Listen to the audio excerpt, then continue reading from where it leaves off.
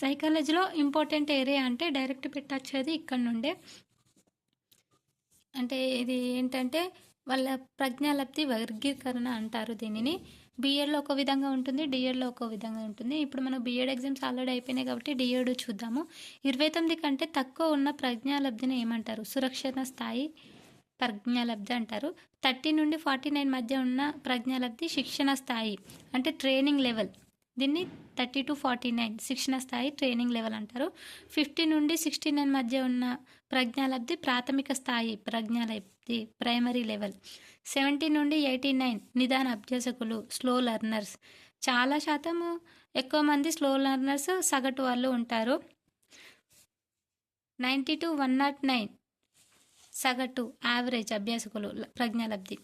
110 to 119 ఇది చాలా రేరు ఉన్నత అధిక ప్రజ్ఞాలబ్ధి హయ్యర్ ఇంటెలిజెన్స్ అంటారు. ఇప్పుడు క్లాస్లో ఫస్ట్ సెకండ్ టాపర్లు వస్తారు కదా, వాళ్ళది ప్రజ్ఞాలబ్ధి 110 to 119 మధ్యలో ఉంటుంది.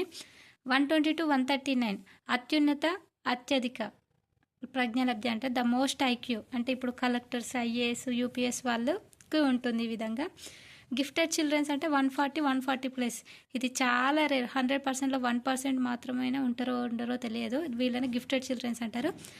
మన స్కూల్లో అయినా మన సమాజంలో అయినా చాలా ఎక్కువ ఉండేవాళ్ళు సగటు వాళ్ళు. 90 to 109 సగటు ప్రజ్ఞాలబ్ధులు. ఇక్కడ చూద్దాము నోట్. ఐక్యూ పరంగా సమాజంలో ఎక్కువ ఉండేవారు ఇంతకుముందు చెప్పుకున్నాం కదా, సగటు ప్రజ్ఞావంతులు 48% మంది సగటు ప్రజ్ఞావంతులే ఉంటారట. సమాజంలో తక్కువ ఉండేవారు మూడులు అంటే 0.01 అంటే స్లో లెర్నర్స్ అనే సురక్షిత స్థాయి 29 కన్నా తక్కువ. సమాజంలో 0% ఐక్యూ ఉన్నవాళ్ళు ఒక్కరు ఉండరు, ఎవరికైనా అంత కొంత ఉంటుంది కదా. సమాజంలో ప్రతిభావంతులు గిఫ్టెడ్ చిల్డ్రన్స్ 2 to 5 ఉంటారట. ప్రతిభావంతులను అత్యంత విలువైన మానవ వనరులుగా పేర్కొంటారు. ఎందుకంటే వాళ్ళు గిఫ్టెడ్ చిల్డ్రన్స్ కాబట్టి చాలా ఐక్యూ ఉంటుంది కాబట్టి వాళ్ళని రోబోలాగా ప్రతిభావంతులు అంటారు. బిట్స్ చూద్దాం ఇందులో నుండి. ప్రజ్ఞాలబ్ధి వర్గీకరణ ప్రకారం ఈ క్రింది వాటిలో ఆరోహణ క్రమంలో ఆరోహణ అంటే చిన్న నుండి పెద్ద వరకు చూడేదానిలో మూడో వారు ఎవరు అంటారు? చిన్న అంటే ఆరోహణ క్రమం. ఫస్ట్ ఆరోహణ అంటే చిన్న నుండి పెద్ద వరకు. ఫస్ట్ చిన్న ఎవరు? మందబుద్ధులు. సెకండ్ సగటు, తర్వాత ఉన్నత క్రమ, తర్వాత ప్రతిభావంతులు. ఇందులో మూడో వారు ఎవరు? ఉన్నత క్రమ. చిన్న నుండి పెద్ద చూసుకుంటే ఉన్నత క్రమ వాళ్ళు 3rd ప్లేస్లో ఉంది. Answer is 3rd place. ఈ విధంగా కొంచెం క్రిటికల్గా గీయచ్చు. ప్రజ్ఞాలబ్ధి వర్గీకరణ ప్రకారం క్రింది వాళ్ళలో అవరోహణ క్రమంలో రెండో వారు. అవరోహణ అంటే పెద్ద నుండి చిన్న వరకు. ఇందులో ఫస్ట్ పెద్దవాళ్ళు ప్రతిభావంతులు ఫస్ట్. సెకండ్ ఎవరు? శిక్షణ కాదు, సగటు కాదు, నిదాన కాదు, సగటు అయిపోయాక నిదాన అభ్యాసకులు వస్తారు. నిదాన అభ్యాసుల తర్వాత శిక్షణ స్థాయి. కాబట్టి ఆన్సర్ ఇస్ సెకండ్ వాళ్ళు అడిగారు కాబట్టి సగటు ప్రజ్ఞావంతులు. ప్రజ్ఞాలబ్ధి వర్గీకరణ ప్రకారం రేఖాపటం గీసినట్లయితే ఏ ఆకృతి ఏర్పడుతుంది? Very very important. ప్రజ్ఞాలబ్ధి ప్రకారం రేఖాపటం ఏర్పాటు చేస్తే గంటాకృతి వస్తుంది. ఈ విధంగా ఏర్పడుతుంది. First slow learners primary level నుండి యావరేజ్ నుండి మళ్ళీ కిందికే వస్తుంది. ఎందుకంటే స్లో లెర్నర్స్ తక్కువ ఉంటారు, సగటు వాళ్ళు ఎక్కువ ఉంటారు, మళ్ళీ తర్వాత గిఫ్టెడ్ చిల్డ్రన్స్ తక్కువ ఉంటారు. ఆ విధంగా మాపనలను ఎవరు ప్రవేశపెట్టారు? మూల పురుషుడు ఎవరు అంటే ఆల్ఫ్రెడ్ బీనే ఫ్రాన్స్. ప్రజ్ఞా మాపన ఉద్యమానికి నాంది పలికిన దేశం ఫ్రాన్స్. ఇది చాలా ఇంపార్టెంట్. 1905 బీనే సైమన్ మాపని 30 అంశాలను నిర్దిష్ట వయసు లేదు. 1908 బీమే సైమన్ 59 అంశాలు 3 to 13 years వాళ్ళకి. 1911 బీనే సైమన్ 54 అంశాలు 3 to 30 years వాళ్ళకి. ఇంపార్టెంట్. 1911లో బీనే మరణించడంతో ప్రజ్ఞా పక్షుల ఉద్యమం ఫ్రాన్స్ నుండి యుఎస్కి తరలించారు.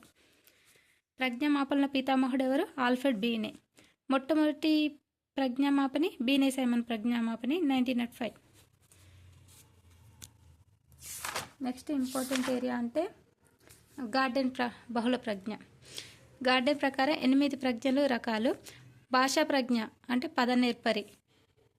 భాషా పండితులను, కవులను, రచనలను భాషా ప్రజ్ఞ అంటారు. తార్కిక ప్రజ్ఞ ఎవరికి ఉంటుంది? సంఖ్యా నేర్పరులకు. గణిత నిపుణులు, అకౌంటెంట్, ఆర్థికవేత్తలు వాళ్ళకి ఆడిటర్స్.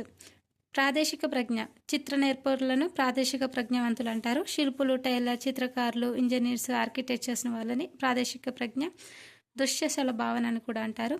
సంగీత విద్వాంసులు, సంగీత నేర్పరులు. సంగీత విద్వాంసులు గాయకులను సంగీత విద్వాంసులు, నేర్పరులు అంటారు. శారీరక ప్రజ్ఞ, శారీరక నేర్పరులు అంటే క్రీడాకారులు, నృత్య కళాకారులు, పీఈటీ, యోగా చేసేవాడిని శారీరక ప్రజ్ఞ ఎక్కువ ఉంటుంది. పరస్పర వ్యక్తిగత ప్రజ్ఞ, సాంఘిక నేర్పరులను పరస్పర వ్యక్తిగత ప్రజ్ఞ ఎక్కువ ఉంటుంది. రాజకీయ నాయకులు, సినీ వ్యాపార సంఘ కార్యకర్తలను పరస్పర వ్యక్తిత్వ ప్రజ్ఞ అంటారు. వ్యక్తి అంతర్గత ప్రజ్ఞ ఎవరికి ఎక్కువ ఉంటుంది? వ్యక్తి అంతర్గత ప్రజ్ఞ స్వీయ నేర్పరులకు. స్వీయ నేర్పరులు అంటే ఎవరు?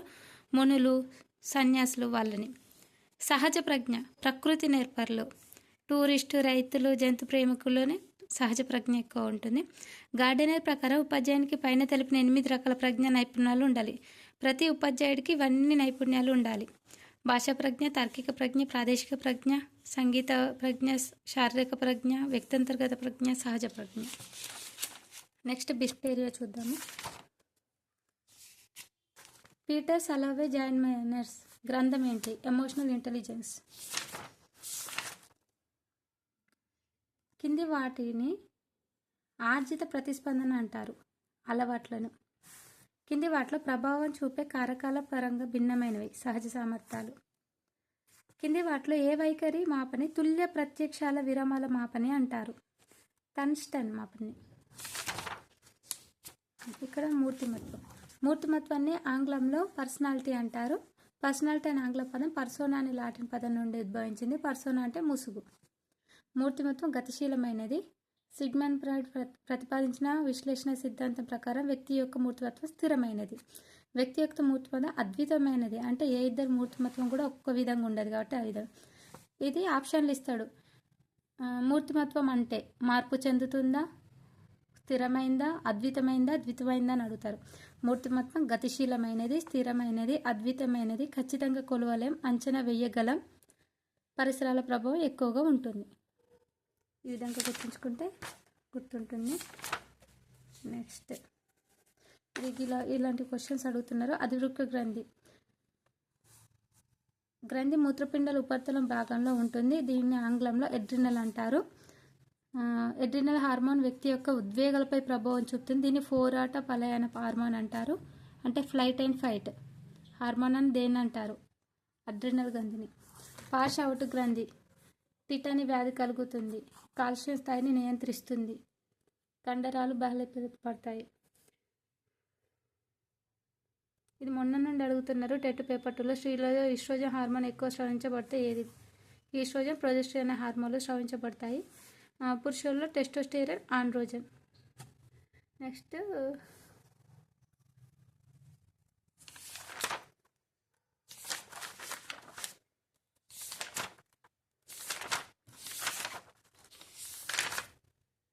ఘర్షణలు చాలా ఇంపార్టెంట్.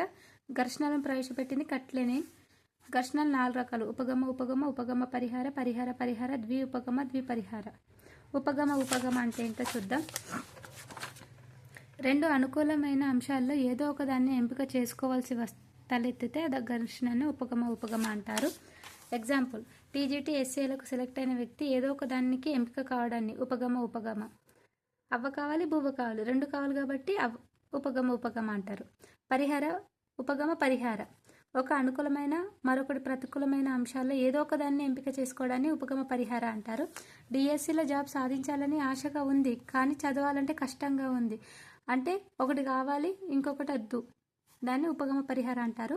పావురాన్ని పట్టుకోవాలని ఆశ ఉంది కానీ అది కరుస్తుందేమో అని భయంగా ఉంది, ఒకటి కావాలి ఒకటి వద్దు, దాన్ని ఉపగమ పరిహార అంటారు.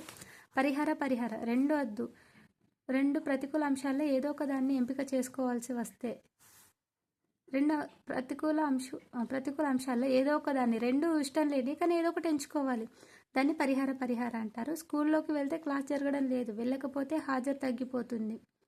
ఉపాధ్యాయ వృత్తి కానీ వైద్య వృత్తి కానీ ఇష్టం లేని వ్యక్తి రెండిట్లో ఏదో వృత్తికి చేరమనడం, 2 ఇష్టం లేదు కానీ ఏదో ఒకటి చెయ్యాలి, దాన్ని పరిహార అంటారు. ముందు నొయ్యి వెనుక గొయ్యి. ఎగ్జాంపుల్, ద్విపరిహార 2 అనుకూలమైన 2 ప్రతికూలమైన అంశాల్లో ఏదో ఒక దాన్ని ఎంపిక చేసుకోవాల్సి వస్తే దాన్ని ద్విపగమ పరిహార అంటారు.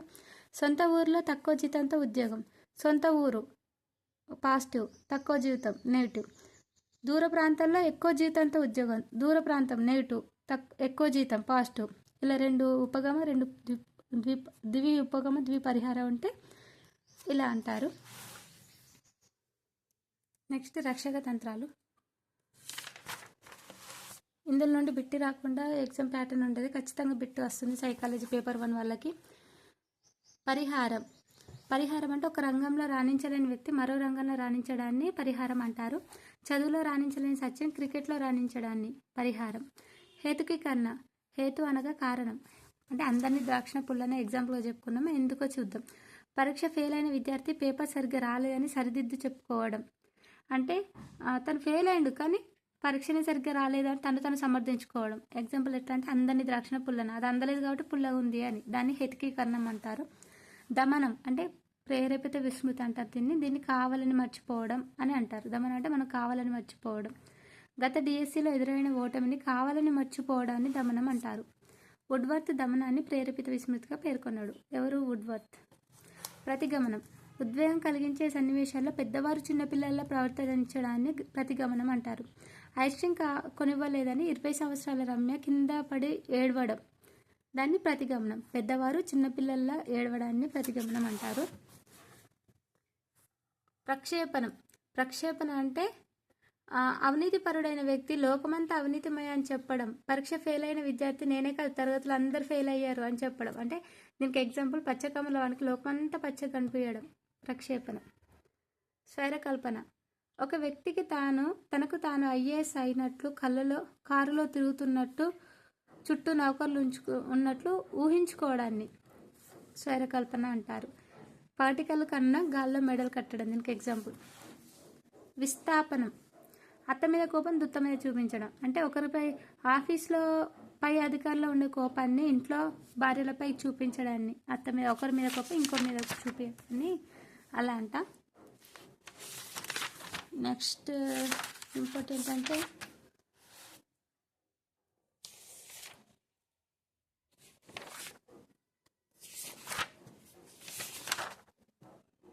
ఓకే ఫ్రెండ్స్, నెక్స్ట్ వీడియోలో చూద్దాం. ఎక్కడ ఇది ఇంపార్టెంట్. యత్నదోష సిద్ధాంతంలో సంసిద్ధ నియమం, అభ్యాస నియమం, ఫలిత నియమం. సంసిద్ధ నియమం అంటే గుర్రాన్ని నీటి దగ్గర తీసుకెళ్ళవచ్చు కానీ నీటిని తాయించలేము, దానికి సంసిద్ధ నియమం ఎగ్జాంపుల్. అభ్యాస నియమం ఏంటంటే ప్రాక్టీస్ మేక్స్ మ్యాన్ పర్ఫెక్ట్, అభ్యాసం కూసు విద్య, దీనికి ఎగ్జాంపుల్. నెక్స్ట్ ఫలిత నియమం అంటే ముఖ్యమైనది, తారండైక్ అనేక సార్లు మార్పు చేసిన నియమం తారండైక్ ఫలిత నియమం. గెస్టాల్ట్ అనే జర్మనీ భాష పదం. గెస్టాల్ట్ అంటే సమగ్రాకృతి, మొత్తం అని. టైం అవుతుంది ఫ్రెండ్స్, అందుకే నేను ఫాస్ట్ చెప్పేస్తున్నాను, ర్యాపిడ్ రివిజన్ లాగా. ఇంపార్టెంట్ మాత్రమే. శాస్త్రీయ నిబంధన, కార్యసాధక నిబంధన, ఇది ఎస్ టైపు, ఇది ఆర్ టైపు. ఇది ఉద్దీపన ప్రతిస్పందన, ఇది ప్రతిస్పందన ప్రతిఫలం. ఇది పావులర్, ఇది బిఎఫ్ స్కిన్నర్.